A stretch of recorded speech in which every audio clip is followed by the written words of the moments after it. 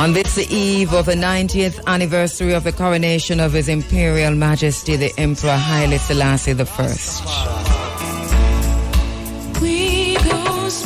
November 2, 1930, the coronation of His Imperial Majesty the Emperor Haile Selassie I took place. 38 years old Rastafari Makonnen, the 225th descendant of the King Solomon and the Queen of Sheba, crowned Emperor of Ethiopia and Empress of Ethiopia. The Emperor of Ethiopia receiving the title of Haile Selassie, King of Kings, Lord of Lords, conquering lion of the tribe of Judah.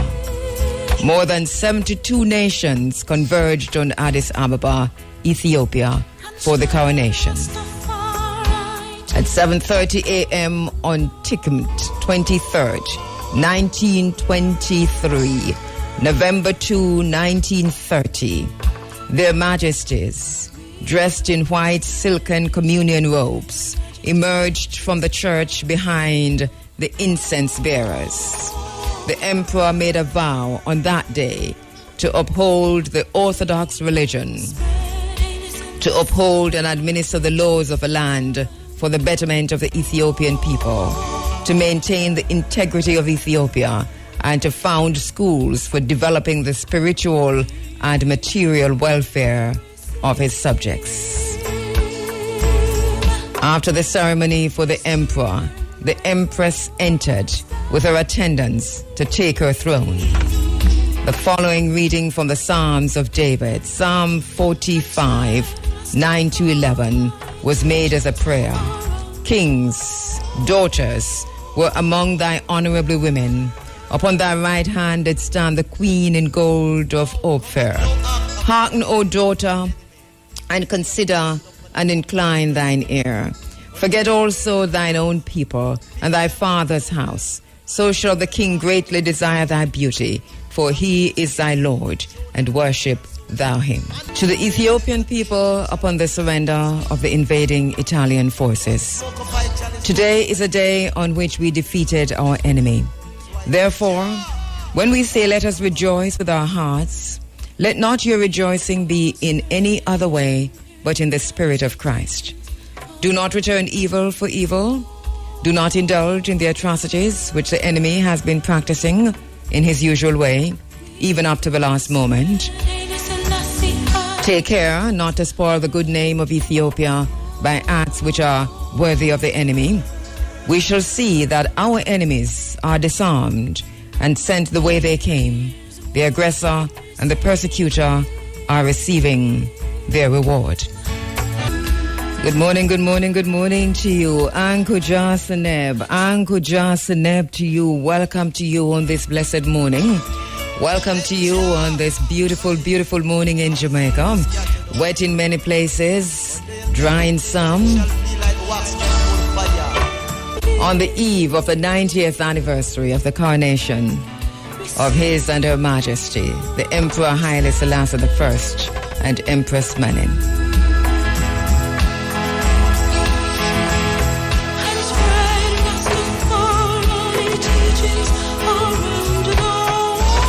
Good morning to you, good morning to you, good morning to you. Ankuja Seneb, life, prosperity, and health.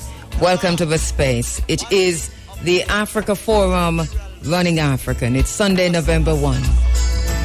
Rastafari. My name is Kabu Ma'adkiru. I'll be with you this morning until 10 o'clock. Make I pray like Johannes taught his disciples and Jesus taught his.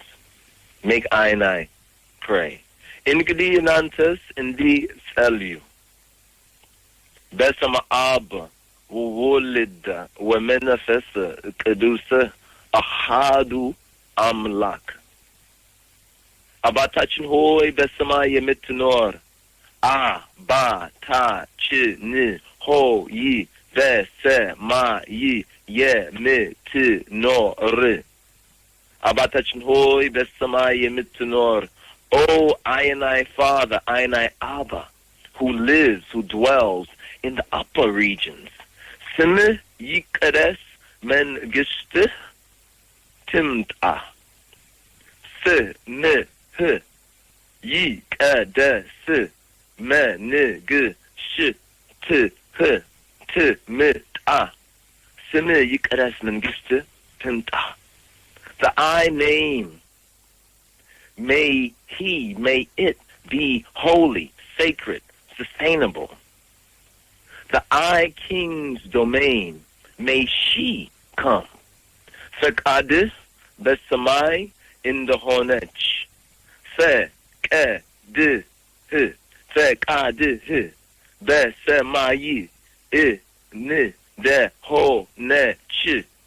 Fekadih besamai in the honech. As she, the I will, exists in the upper region, the skies. N, D, hu, be, mi, d, r, t, hu, ne. In the hu, the middle, to hun. Like this, on earth, the land, may she be. Ye, le, t, n, je, ra, ch, n, s, n, za, re. Yeletin Jarachnin Sitin Zare. I and I, our daily bread. Give I and I today.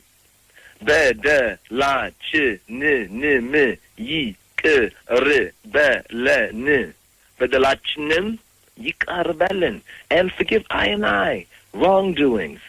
If nya ye be de lu ni yi ke re. Ne de me ne le inya ye bedelunin yikar in de menil. As I and I forgive those who wrong I and I. We de fe te na me ata ge ba ne ka ke fu.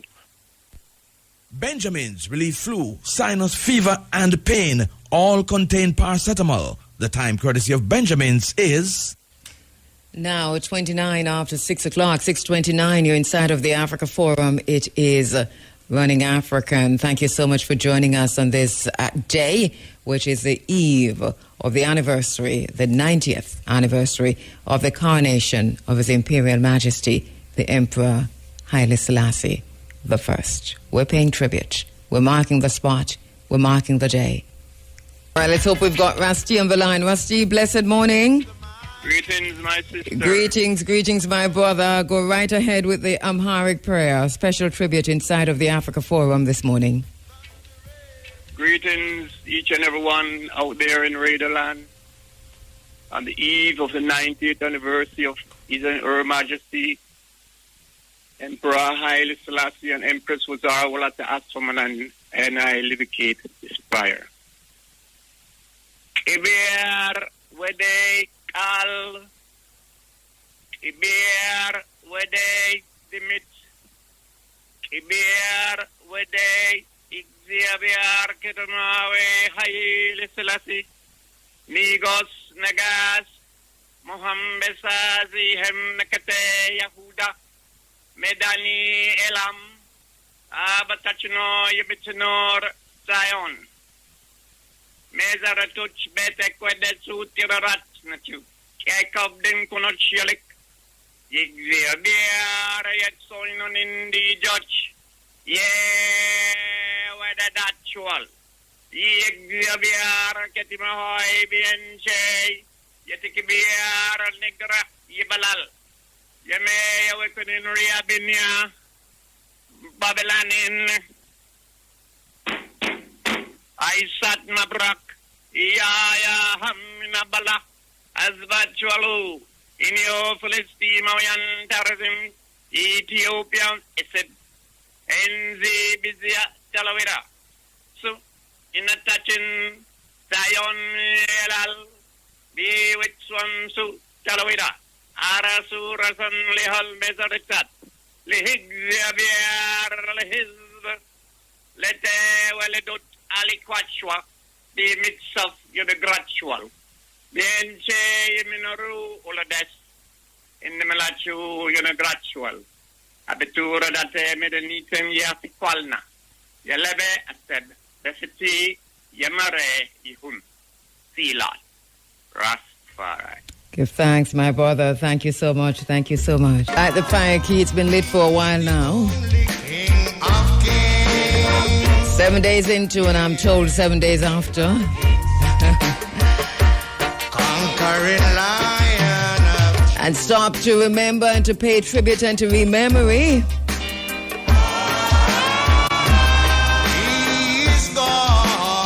This significant event that happened 90 years ago.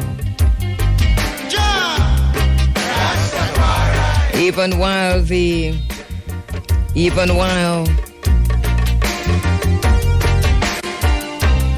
cries for reparations and repatriation remain cries, we mark the spot and mark the day. A special good morning to the 12 tribe brethren and sistren across the world. Special good morning to the 12 tribe brethren at the HQ on Hope Road. Good morning, good morning, good morning to you. Special good morning to the House of Dread.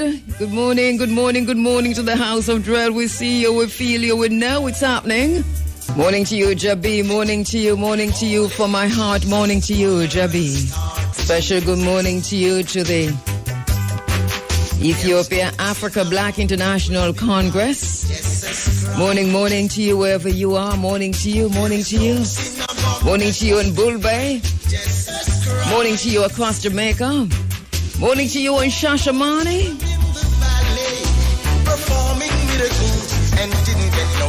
And in Addis Ababa. Morning to you in South Africa, in Joburg and Cape Town, without apology.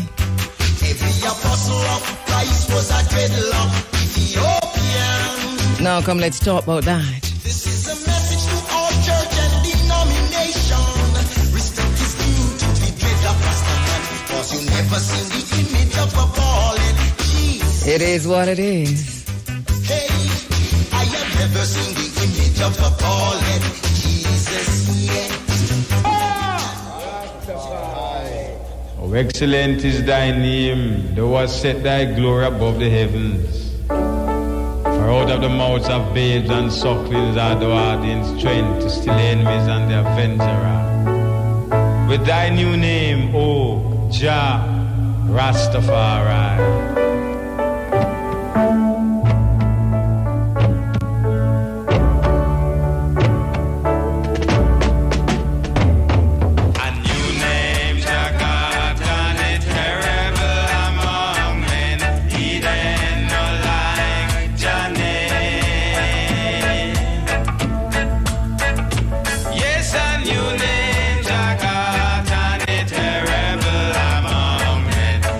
Then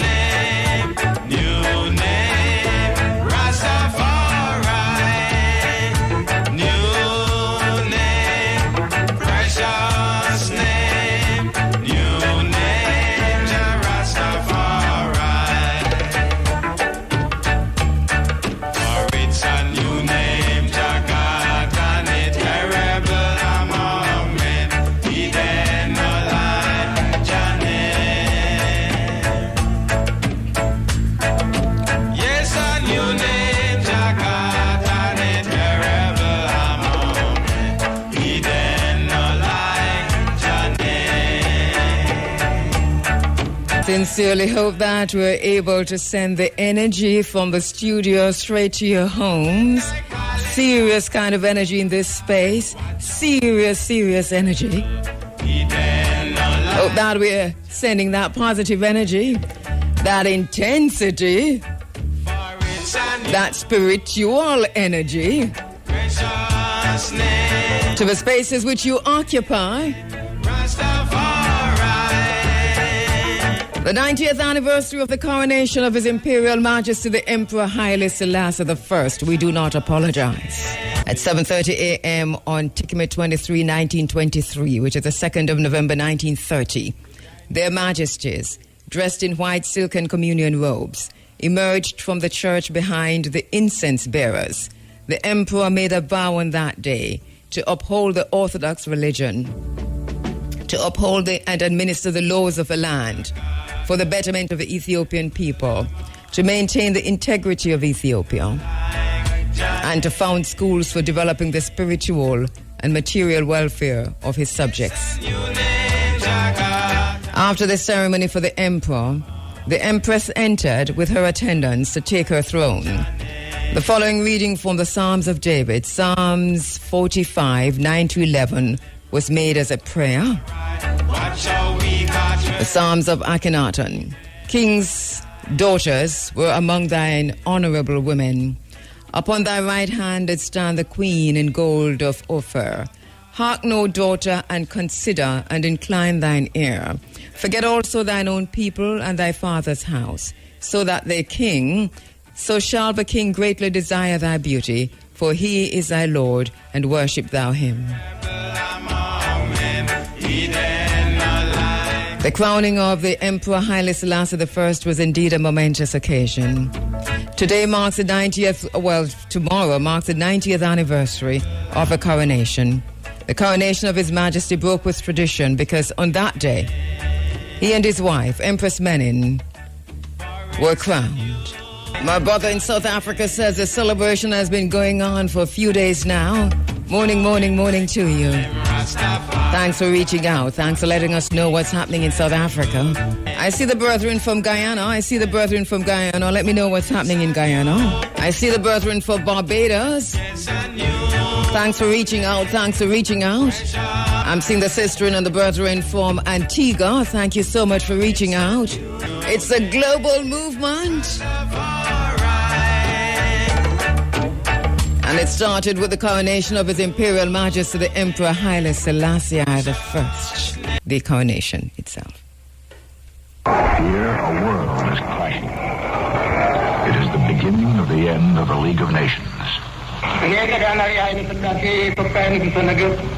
Imperturbably, pathetic but purposeful, a small, thin man of great dignity stands before the representatives of the nations assembled in the League at Geneva. Italy had invaded this man's country.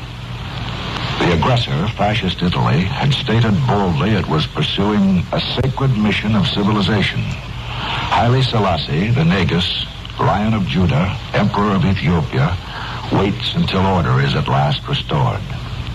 Now we hear him. His native tongue, Amharic. I, Haile Selassie I, Emperor of Ethiopia, am here today to claim that justice is due my people and the assistance promised to it 8 months ago by 52 nations who asserted that an act of aggression. I ask the 52 nations, what are they willing to do for Ethiopia? I ask the great powers, what measures do they intend to take? Representatives of the world, what answer am I to take back to my people? The answer from the League of Nations was no. They would not interfere with the troops of the fascist dictator. Ethiopia must stand on its own. The proud emperor of this ancient land must fight his own battles or go to live in exile. 31 years ago this month, by that action, the League of Nations sealed its own death warrant.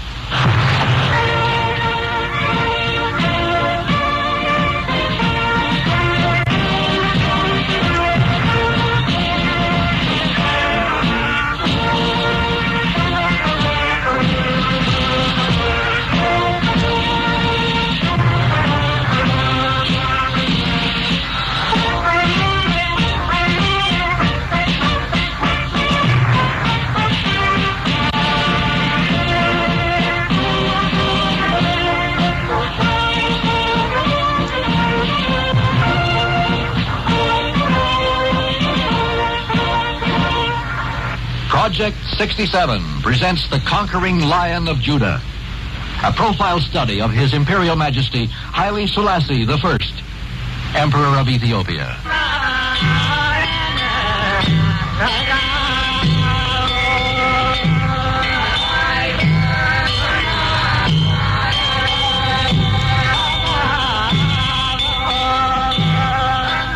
I'm Bill McNeil. Earlier this year, I had the great pleasure of meeting personally the Lion of Judah when he visited Canada at Expo 67. I rode with him aboard the Royal train from Winnipeg to North Bay, sat with him in his private car, talked with him about himself and his country, and felt the thrill of meeting face-to-face an unforgettable figure from the pages of history.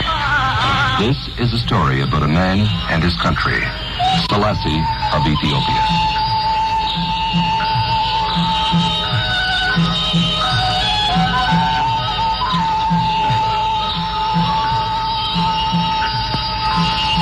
If you look at the map of Africa, you will find Ethiopia, the country of spectacular mountains and thirsty deserts, covering most of Africa's eastern horn. It is bounded by the Red Sea to the northeast, the Sudan Republic on the north and west, Somalia on the east, and Kenya on the south. It covers an area of about 457,000 square miles, with a population of 22 million, about the same as Canada.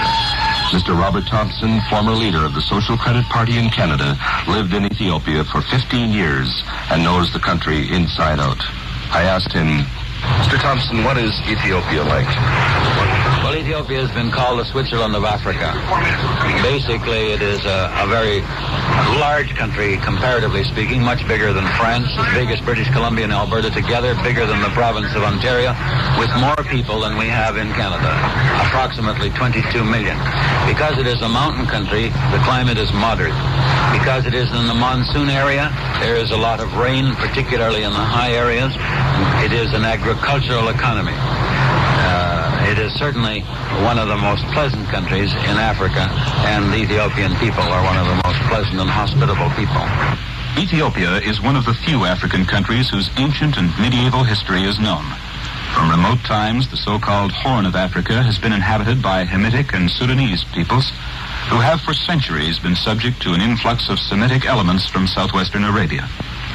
It was from a mixture of this kind that the population originated, that at the beginning of the Christian era established the state of Aksum, ruled by Ethiopian kings, linked to Arabian kingdoms. From the 2nd century BC, the kingdom of Aksum gradually loosened these ties and became autonomous, and the Ethiopian kings took the title Negus Negusti, or King of Kings.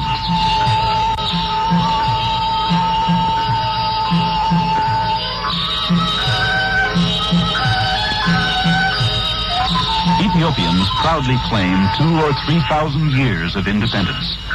This independence suffered a 5-year break under Italian rule between 1935 and 1941. Ethiopia was hardly heard of outside her frontiers until 1935, when Mussolini invaded it. Towards the end of 1935, Italian aircraft hurled upon the Ethiopian armies bombs of tear gas. Their effects were slight. The soldiers learned to scatter. The Italian aircraft then resorted to mustard gas. Special sprayers were installed on aircraft so that they could vaporize over vast areas of territory a fine, death-dealing rain.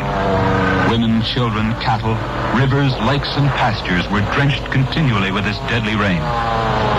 31 years ago this week, every newspaper in the world carried stories about the spunky little Ethiopian monarch, Haile Selassie I, the conquering lion of the tribe of Judah, elect of God, King of Kings, power of the Trinity, Emperor of Ethiopia, who is just over 5 feet tall and weighs 100 pounds, who refused to admit defeat to the Italians, who, with his half-naked, poorly armed warriors, made a last-ditch stand at Addis Ababa against Benito Mussolini's forces. But finally, the emperor had to flee the country with his family. On the 30th of June, 1936, he appealed to the League of Nations in Geneva. During Haile Selassie's recent visit to Canada last April, Bill McNeil interviewed him on his train trip between Winnipeg and North Bay, and first of all asked him about that unforgettable day. Your Imperial Majesty, I'd like you to talk about your appearance before the League of Nations when you pleaded for your country in 1936. የተቻለንን ለመዋጋት ቆርጠን ተነሳን። ለምንዋጋበት ብዙ እርዳታ አላገኘንም። ፋሺስት ላደረገው ነገር ለመመከት Yes, the Ethiopian people, as well as myself, fought as much as we could on the ground, the fascist aggressors. But as it is well known, the fascists were well armed. They had the latest weapons. They had air power. Ethiopia had possessed none. After losing the battle in the front, we thought we should start another battle, a political battle at the League of Nations. You have heard of the speech I have made and of the appeal I have made to the League of Nations in 1936. Ladies and gentlemen, the second speaker on this is His Majesty the Mayor HAILE SELASSIE. Monsieur le Président.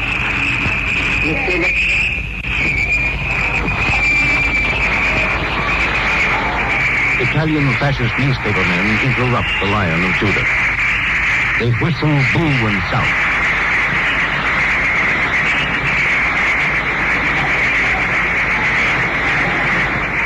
Other delegates and spectators applaud the emperor.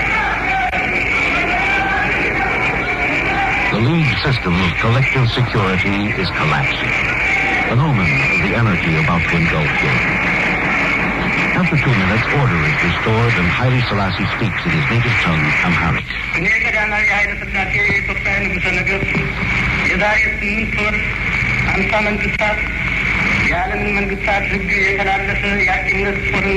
There is no precedent for a head of state speaking in the assembly.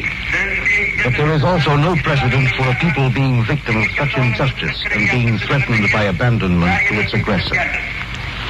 The precedent was established then and there. England and France abandoned Ethiopia to Mussolini. Your Imperial Majesty, what were your own personal feelings at that time? My personal feeling with my hope, I continue to struggle to have our freedom from the fascists. Did you ever give up hope, Your Imperial Majesty? Never in any time. I continue with big hope because I have a relation with my patriot people. I continue to encourage them. They continue their struggle.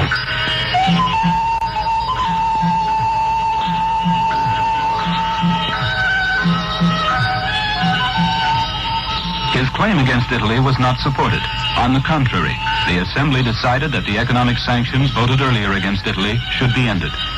Thus, the Ethiopian Empire was annexed and was joined with Eritrea and Italian Somaliland to form Italian East Africa, and the Emperor sought refuge in England as plain Mr. Tafari Makonnen. His imperial crown was kept locked up in a London safe. You kept working while you were in Britain. You were in exile in Britain. For how many years? 4 years and a half. And you knew all during that period that someday your day would come. If I haven't this hope, I can't resist to live. With this hope, I hope very strong hope, I live 4 years and a half in England. In England, he received sympathy, the offer of a role in a movie, and an invitation to appear at the Texas Centennial Exhibition, but little financial support for a proposed $10 million war chest. He didn't give up hope of what he called the ultimate triumph of international justice, and he continued to appeal for it. In 1940, Italy declared war on the Western Allies in World War II. Haile Selassie was then flown to Khartoum in the Sudan to start rallying some of his 10 million former subjects into taking arms with British troops. And when the British forces defeated the Italians and occupied Addis Ababa, the Lion of Judah joyfully went back to his throne on the 5th of May, 1941, and resumed his reign.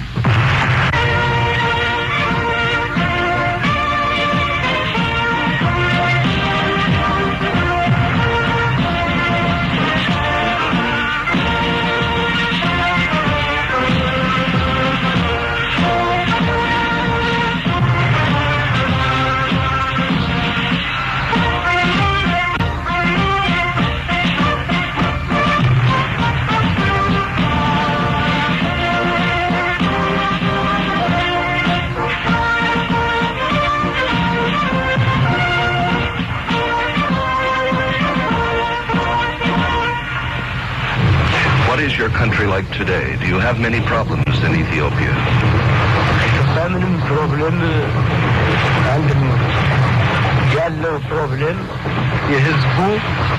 Yes, the problem we have in Ethiopia is essentially the same as in all other developing countries. The problem that we face is how to quickly raise the standard of living of our people, how to strengthen our democratic constitution in practice. But there is no problem as opposition to the state or opposition to me.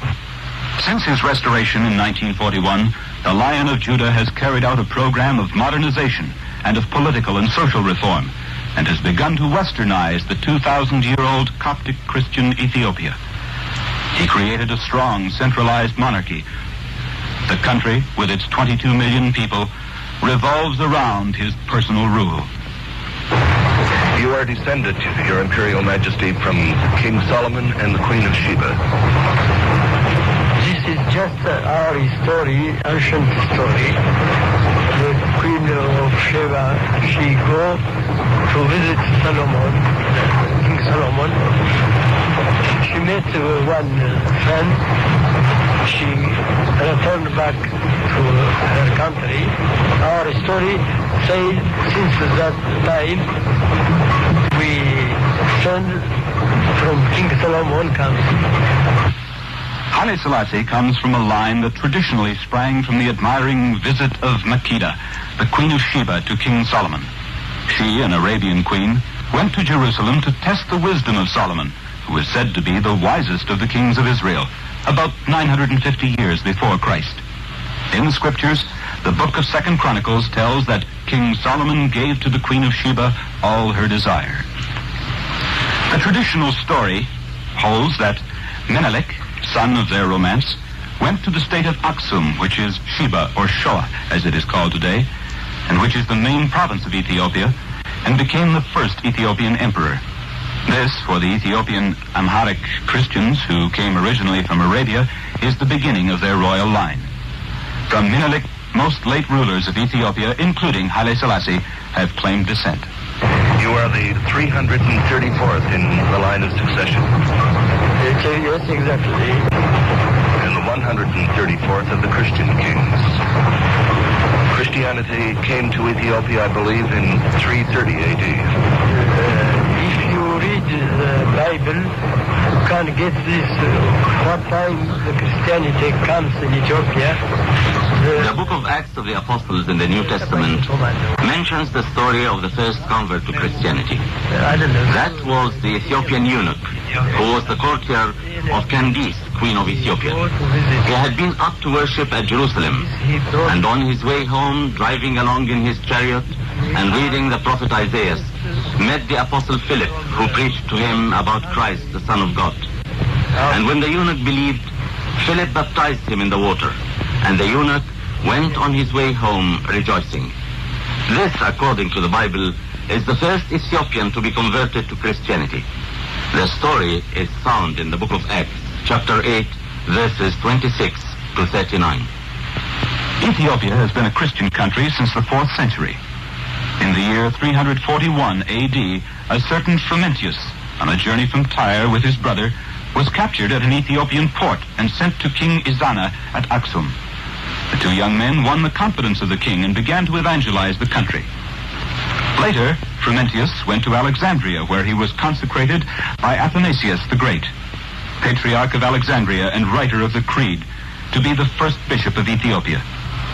Since then, Ethiopia remained a province of the Coptic Church of Alexandria, which always consecrated an Egyptian monk as archbishop, or abuna, of this independent church, and sent him away to Ethiopia. Since 1959, and after a struggle for self-independence, the Archbishopric of Ethiopia was raised to a patriarchate by His Holiness Pope Kyrillos of Alexandria and Patriarch of the See of St. Mark, who retains a primacy of honor in Ethiopia. The Coptic Church, and consequently the Ethiopian Church, belongs to the monophysite group of churches which teach that Christ had one nature, that his humanity and divinity became one without intermixing, and that his divinity never separated from his humanity. There are thousands of churches in Ethiopia, usually round, made of mud bricks, and thatched with straw. They contain 3 concentric circles, and in the center, behind doors, is the sanctuary with a square altar on which stands the Ark of the Covenant. The church now celebrates the liturgy in a dead version of Amharic, which is called Jais.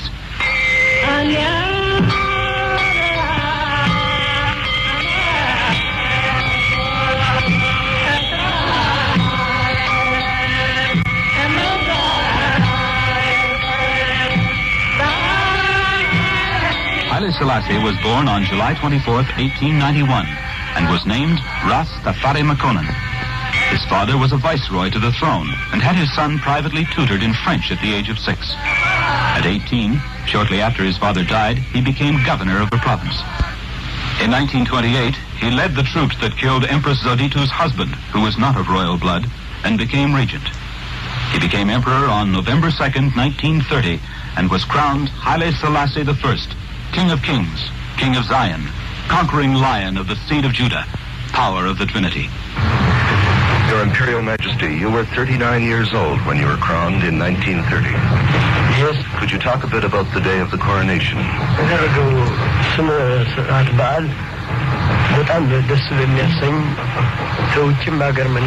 Yes, my coronation day was very memorable to me. Not only we had Ethiopian participants in the event, but also a lot of foreign emissaries partook in the celebration of the coronation day. The coronation itself was a Coptic service, Your Imperial Majesty. They are the Coptic, but also the Ethiopian bishop.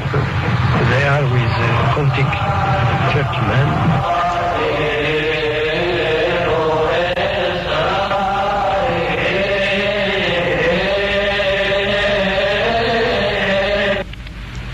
Second, 1930 was a memorable day in the history of Ethiopia.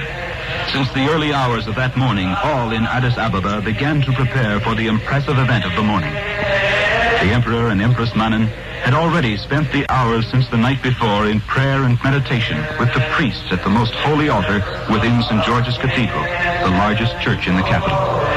Through the early morning, the chanting of priests continued.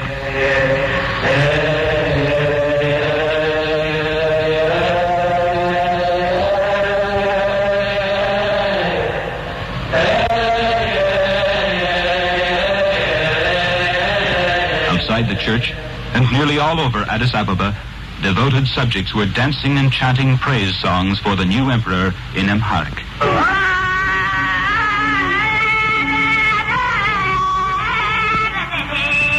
The son of Ras Makonnen, Haile Selassie, will feed us. His justice is like that of an angel. May God give long life to Haile Selassie, the child of our country.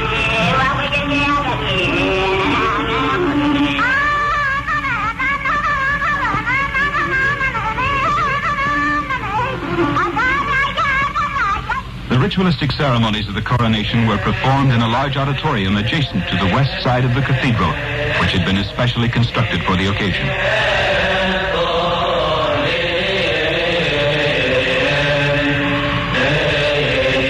Shortly after 7:30 a.m., His Imperial Majesty, attired in white silk communion robes, entered the ceremonial hall from the church with an escort of aides and the clergy, chanting in the old Coptic language a processional hymn.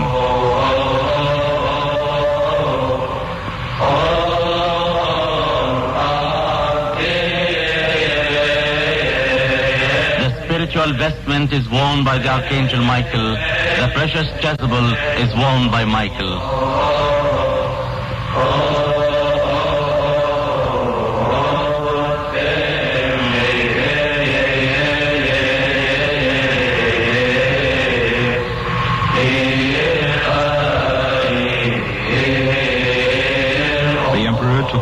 On the throne. Thereupon the ceremony began. The Coptic Archbishop of Ethiopia, representing His Holiness the Pope of Alexandria, with his throaty voice, announced, Ye princes and ministers, ye nobles and chiefs of the army, ye professors and priests, ye people of Ethiopia, look ye upon our Emperor Haile Selassie I, descended from the dynasty of Menelik I, who was born of Solomon and the Queen of Sheba, a dynasty perpetuated without interruption from that time to King HAILE Selassie and to our times. The emperor was then vested with the 7 ornaments of the coronation, including his gold sword studded with precious stones, a diamond-encrusted ring, 2 traditional lances, the imperial scepter, and a golden globe of the earth, the imperial vestments, and at last came the magnificent crown.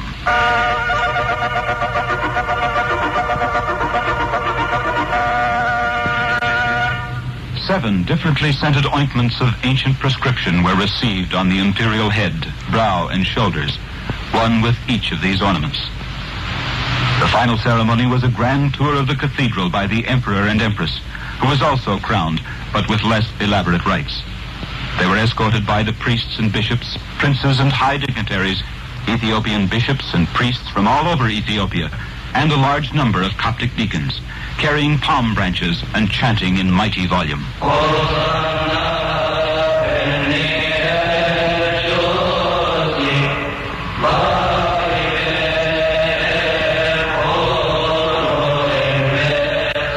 Hosanna, blessed be the King of Israel. Blessed is he who cometh in the name of the Lord.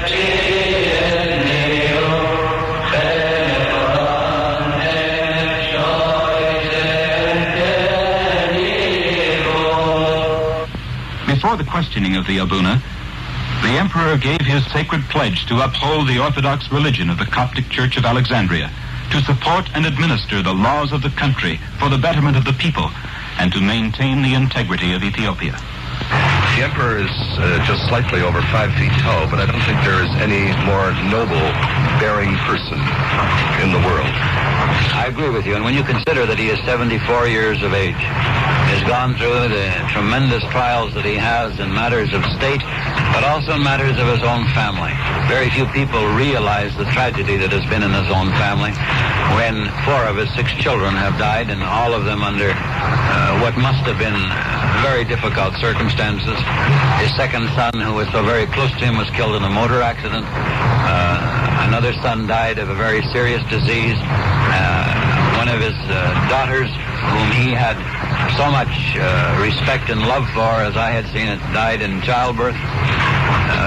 Surely it has been a difficult life he has had, and yet he is one of the most gracious, one of the most humane, and certainly one of the most distinguished men I have ever known. Ethiopian policy under Haile Selassie has always been directed first of all toward education, and secondly toward modernization. Since his restoration in 1941, he put Canadian officials in the key ministries of finance and commerce. In education, more than 20% of Ethiopia's teachers are from Canada. People in Ethiopia are then aware of Canada.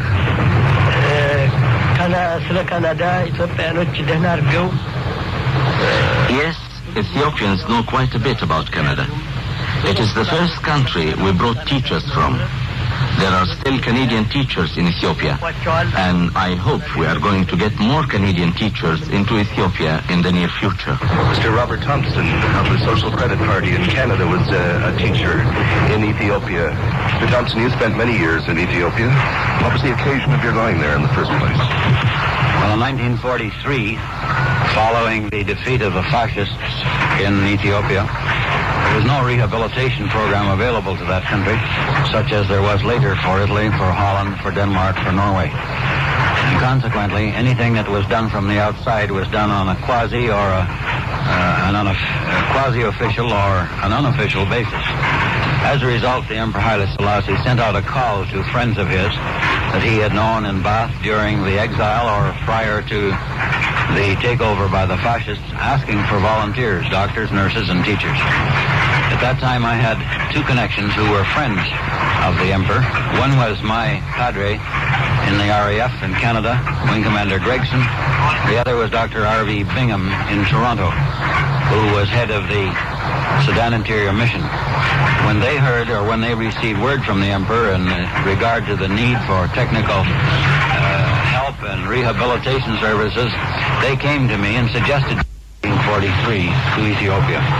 In the first instance, I served in the first secondary school as vice principal, then went on into the Ethiopian Air Force for the duration, then back into secondary education, and later on into administration, where I served in a position which would be equivalent here to deputy minister.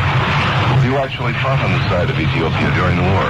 Well, no, not exactly in that way. We were instrumental in setting up the first training. Responsible for the education of the emperor's children? Well, I was responsible for the placing of students in foreign universities, many of whom came to Canada. We also were responsible for setting up some of the schools in Ethiopia, and thus a number of the royal family, as well as many hundreds of other Ethiopians, came into our hands, yes. You must have, during your time in Ethiopia, got to know the emperor very well. Well, the emperor retained, up until just recently, the post of Minister of Education.